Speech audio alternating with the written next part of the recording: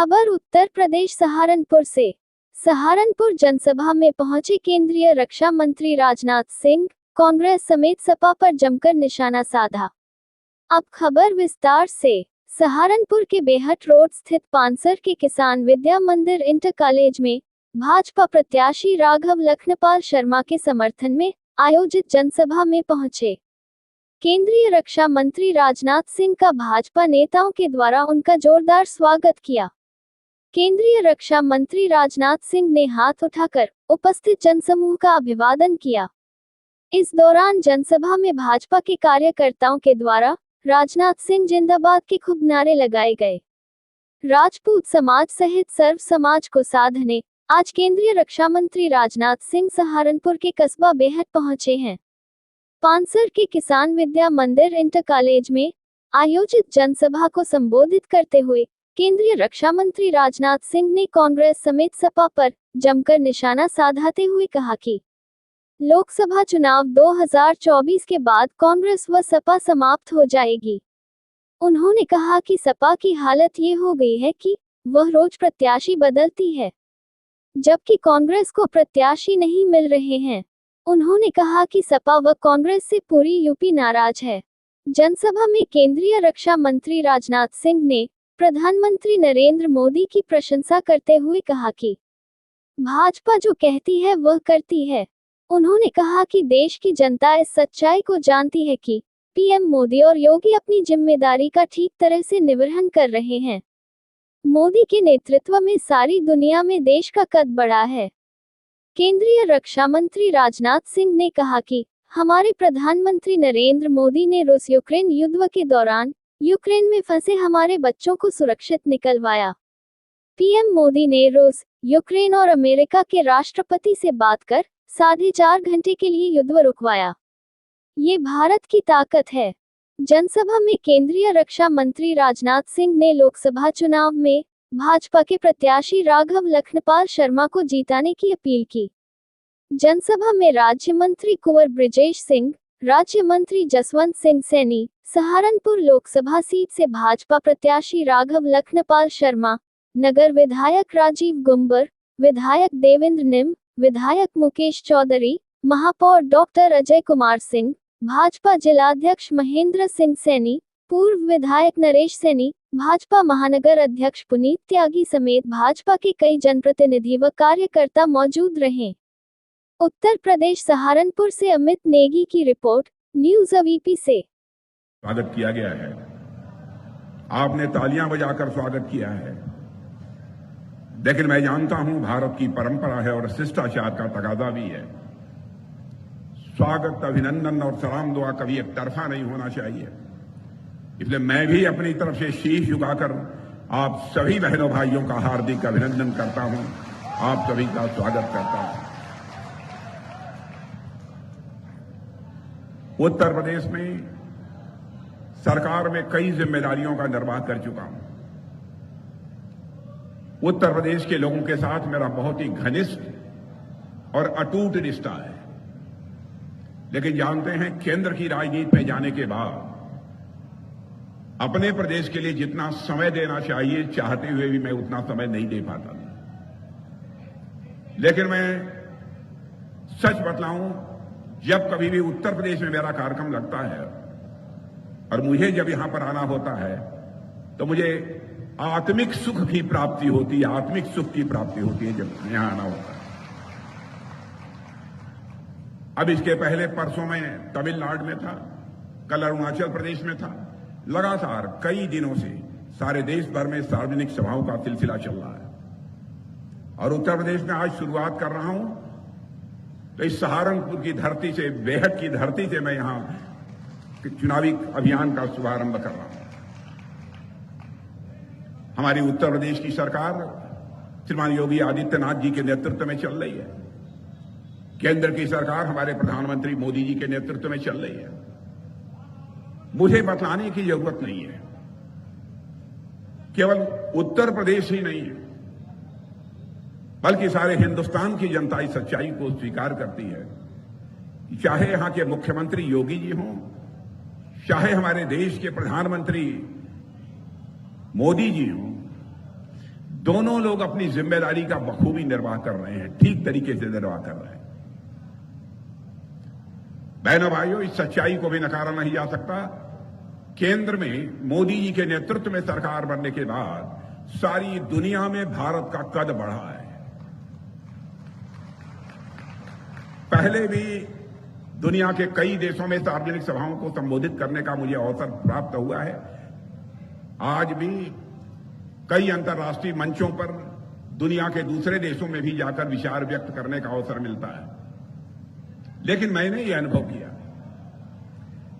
कि आज के कुछ वर्षों पहले, यानी मोदी जी के आने के पहले, जब अंतर्राष्ट्रीय मंचों पर भारत कुछ बोलता था तो भारत की बातों को जितनी गंभीरतापूर्वक लिया जाना चाहिए नहीं लिया जाता था। लेकिन बहनों भाइयों, आपको जानकर खुशी होगी, आज भारत यदि अंतर्राष्ट्रीय मंचों पर कुछ बोलता है, सारी दुनिया कान खोलकर सुनती है कि भारत बोल क्या रहा है। यह सारी दुनिया में भारत की हैसियत बनी है, यह दुनिया में भारत का कद बना है। यह कोई छोटी बात नहीं है। मैं समझता हूं आप लोग भी यह मानेंगे, आप लोगों की भी ये सभी राजनीतिक पार्टियों से अपेक्षा होगी। राजनीति केवल सरकार बनाने के लिए नहीं की जानी चाहिए, राजनीति की जानी चाहिए तो देश बनाने के लिए राजनीति की जानी चाहिए, और यही काम भारतीय जनता पार्टी कर रही है। देश के रक्षा मंत्री के रूप में भी मैं आपको विश्वास दिलाना चाहता हूं बहनों भाइयों कि हम भारतवासियों का मस्तक किसी भी सूरत में झुकने नहीं देंगे। हम आपको पूरा विश्वास दिलाते हैं। भारत की सीमा पर जिस तरीके से हमारे सेना के जवान अपनी जिम्मेदारियों का निर्वाह कर रहे हैं, उनकी सराहना केवल भारत में ही नहीं बल्कि उनके शौर्य और पराक्रम की सराहना अब दुनिया के देशों में होने लगी है। आपका भारत अब कमजोर भारत नहीं रहा है, आपका भारत ये ताकतवर भारत बन गया। मैं एक घटना की जानकारी आपको देना चाहता हूं। आज के कुछ महीने पहले कतर देश का नाम आपने सुना होगा। कतर में हमारे इंडियन नेवी के कुछ रिटायर्ड ऑफिसर वहां पर काम कर रहे थे कुछ कंपनियों में। किन्हीं मामलों में कोर्ट ने उन्हें फांसी की सजा दे दी। थे तो भारत के ही, हमारी नौसेना में भी अपनी सेवाएं दे चुके थे। बहनों भाइयों, स्वाभाविक है हम लोगों को परेशानी हुई। कोई ऐसा अपराध नहीं था कि उन्हें फांसी की सजा दी जाए, लेकिन कतर की अदालत ने उन्हें फांसी की सजा दे दी। उसके बाद प्रधानमंत्री जी से चर्चा हुई और प्रधानमंत्री जी ने कतर के राष्ट्रपति को मिलाकर सीधे टेलीफोन पर बात की। और आपको जानकर खुशी होगी कि हमारे नौसेना के 9 सैनिकों को, जो पूर्व नौसैनिक अधिकारी थे जिनको फांसी की सजा हो गई थी, उनको वहां की सरकार ने पूरी तरह से माफ कर दिया और वह सकुशल जो है भारत लौट गए। अब आप ये कहेंगे इस घटना की चर्चा करने का औचित्य क्या था? इस घटना की चर्चा करने का औचित्य इसलिए है कि भारत के प्रति सारी दुनिया में धारणा कैसी बनी है, भारत का कद कितना ऊंचा हुआ है। इसलिए जानबूझकर मैंने इस विषय की चर्चा की। अब एक घटना और आपको बताना चाहता हूं। रूस और यूक्रेन के बीच लगभग 2 वर्षों से लगातार युद्ध चल रहा है। बराबर रूस की तरफ से भी मिसाइलें चल रही हैं, यूक्रेन की तरफ से भी मिसाइलें चल रही हैं। बड़ी संख्या में, लाखों की संख्या में लोग मारे भी गए। ज्यों ही रूस और यूक्रेन का युद्ध प्रारंभ हुआ था तो भारत के हमारे बहुत सारे बच्चे यूक्रेन में उस समय पढ़ते थे। कोई एमबीबीएस कर रहा था, कोई इंजीनियरिंग कर रहा था, कोई वहां पर मैनेजमेंट का कोर्स कर रहा था। तो यहां जो उनके माता पिता भारत में थे वह कहने लगे कि मोदी जी चाहे जो भी हो जाए, हमारे बच्चों को जल्दी से यूक्रेन से बाहर निकालिए, नहीं कब उनकी जिंदगी चली जाए कुछ कहा नहीं जा सकता। बहनों भाइयों, यह भारत की हैसियत की मैं चर्चा करना चाहता हूं। हमारे प्रधानमंत्री ने 2 देशों का युद्ध चल रहा था, भारत के बच्चे वहां फंसे हुए थे। हमारे प्रधानमंत्री ने टेलीफोन उठाया, रूस के राष्ट्रपति मिस्टर पुतिन से बात की, यूक्रेन के राष्ट्रपति मिस्टर वहां जेलेंस्की से बात की, और साथ ही अमेरिका जो दुनिया का सबसे ताकतवर देश माना जाता है उसके राष्ट्रपति मिस्टर बाइडेन से बात की। यह जानकर आपको खुशी होगी मेरे बहनों भाइयों 4.5 घंटे के लिए रूस और यूक्रेन का युद्ध रुक गया और हमारे 22,500 बच्चे यूक्रेन से बाहर भारत आ गए। यह भारत की हैसियत बनी है। 2014 में जितना हमको समर्थन प्राप्त हुआ था, 2019 में जनता का समर्थन उससे भी अधिक बढ़ा है। क्यों बढ़ा है? लोग ये समझते हैं, जैसी उनकी हसरत थी, जैसी उनकी इच्छा थी कि भारत का मस्तक दुनिया में ऊंचा होना चाहिए, यह सरकार मोदी जी के नेतृत्व में इस जिम्मेदारी का बखूबी निर्वाह कर रही है। भारत की हैसियत देखो आप, भारत की हैसियत। बहनों भाइयों, पहली बार हमारे देश के वैज्ञानिकों ने करिश्माई काम किया, करिश्माई काम किया। अभी तक रूस, अमेरिका, बड़े बड़े देशों के बारे में आप सुनते थे, भारत के बारे में लोग कहते थे भारत यह गरीबों का देश है, कंगालों का देश है। आज के कुछ वर्षों पहले यह भारत के बारे में यह धारणा बनी हुई थी, लेकिन अब भारत ने करिश्मा कर दिया है। भारत के वैज्ञानिक धरती पर ही नहीं, अब चंद्रमा पर भी लैंडिंग करने में वह कामयाब हो गए। मेरे बहनों भाइयों, चंद्रमा के साउथ पोल पर हमारा लैंडर जो है लैंड कर चुका है। मुझे याद है कि पहली बार जब वो कामयाब नहीं हो पाए थे हमारे वैज्ञानिक, तो प्रधानमंत्री सुबह पहुंच गए उनके पास और जाकर वैज्ञानिकों से मिलकर उनकी पीठ थपथपाई थी और कुछ वैज्ञानिक उनसे चिपट कर रोने लगे, लेकिन उन्होंने ढाढ़स बढ़ाया, चिंता मत करो। चंद्रयान 2 उन्होंने छोड़ा था, वह विफल हो गया था।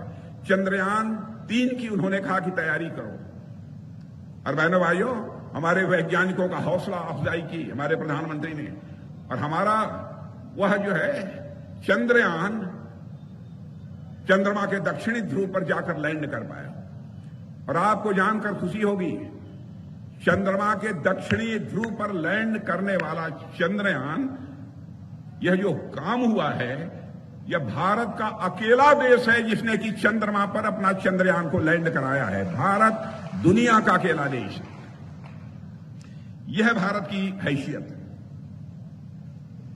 अब राजनीति का जहां तक प्रश्न है, राजनीति आप जानते हैं कि नेताओं के प्रति, मुझे भी मालूम है आज के कुछ वर्षों पहले लोगों की धारणा बनी रहती थी, ये नेता आते हैं, जनता के सामने झूठ बोलते हैं, जनता की आंखों में धूल झोंकते हैं और जनता का समर्थन लेकर चले जाते हैं, जनता की ये चिंता नहीं करते। इनको जनता चिंता करना, उसके सम्मान की चिंता करना, यह हमारा नैतिक धर्म है। तो हमें लोगों ने कहा था, लोग कहे साहब दूसरे धर्म के लोगों का मामला आप क्यों बोल रहे हैं? क्षेत्रीय अध्यक्ष की फोटो ले लेना, कोई भी धर्म, किसी धर्म के मानने वाले माता बहनों के साथ कोई जुल्म होगा तो हम उसका विरोध करेंगे, क्योंकि हमारे यहां स्त्री को शक्ति स्वरूपा कहा गया, शक्ति स्वरूपा कहा गया है। हम जिन देवियों की पूजा करते हैं नवरात्रि में, वह शक्ति स्वरूपा है। मां शाकंभरी की यह धरती है, शक्ति स्वरूपा है मां शाकंभरी। हम लोगों ने कहा था हमारी सरकार बन जाएगी, हम वोट की चिंता नहीं करेंगे, हम 3 तलाक की प्रथा को समाप्त करेंगे। शादी होने के बाद क्या आप छुट्टी कर देते हैं? और बहनों भाइयों, आपने देखा कि संसद में बहुमत मिल गया, चुटकी बजाकर हम लोगों ने 3 तलाक की प्रथा को भी समाप्त कर दिया। किसी द्वेष नहीं है,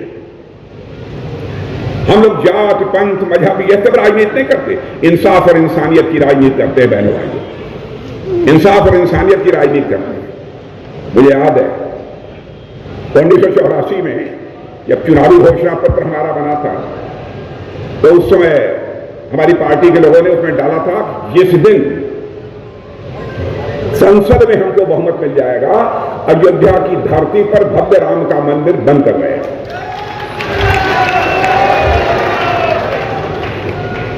हर बाद में भी चुनाव हुए, हर चुनाव में हम लोग कहते थे रामलला हम आएंगे, मंदिर वहीं बनाएंगे।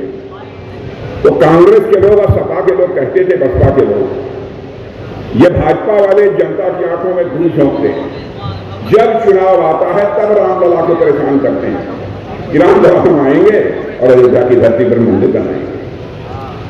लेकिन यह भी कहते थे मंदिर बनाएंगे लेकिन तारीख नहीं बताएंगे। यह आरोप हम लोग के ऊपर लगा। लेकिन बहनों भाइयों, आपने देख लिया, वो 22 जनवरी का दिन आ गया, रामलला अपनी कुटिया से निकलकर अपने महल में प्रवेश कर चुके हैं। बहनों भाइयों, 22 जनवरी को उनकी प्राण प्रतिष्ठा हो चुकी है।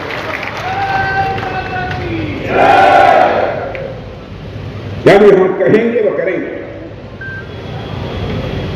यह हमारा चरित्र है। देश की जनता के लिए क्या किया है, मैं दावे के साथ कह सकता हूं कि हमारे, लेकिन इस बात पर उनका लेकिन यह मानने को तैयार नहीं है, कांग्रेस हो अथवा सपा हो, इससे पूरी यूपी नाराज है मेरे बहनों भाइयों, इसमें भी कहीं नहीं। और यदि कोई किसी की नाराजगी होगी, मैं जानता हूं नाराजगी का समाधान हम लोग निकालेंगे। ये सपा कांग्रेस नहीं निकाल सकते, इसका समाधान भी कोई निकाल सकता है, इसको भाजपा ही निकाल सकता है।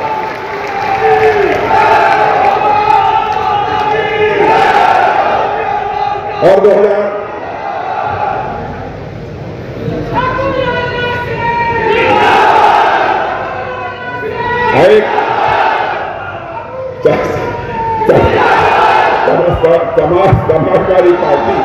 समाजवादी पार्टी की हालत यह हो गई है, सोमवार से लेकर रविवार तक रोज कैंडिडेट बदलते रहते हैं।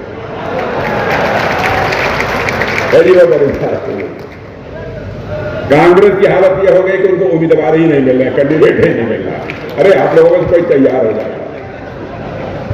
मिल ही नहीं रहा, यह हालत हो गई। मैं समझता हूं 2000 चुनाव के बाद लोग पूछेंगे सपा कौन, लोग सपा का तो समाप्त पार्टी, कांग्रेस कौन, तो लोग पूछे कौन कांग्रेस, यह हालत इन लोगों की हो गई है। बड़ी अजीबोगरीब स्थिति है। बहनों भाइयों, राघव लखनपाल शर्मा को पार्टी ने चुनाव के मैदान में उतारा है। मैं आया तभी लोगों से मैं पूछ रहा था, मुझे खुशी है कि राघव लखनपाल शर्मा को आप सबने आशीर्वाद दे दिया। मैंने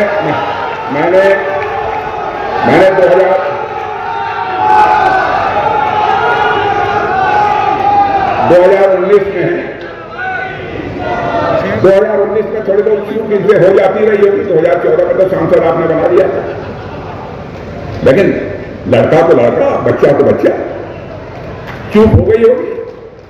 आपने अच्छा किया, बच्चे जब गड़बड़ करें तो कान एक बार जरूर पकड़ लेना चाहिए, आप लोगों ने कान पकड़ लिया।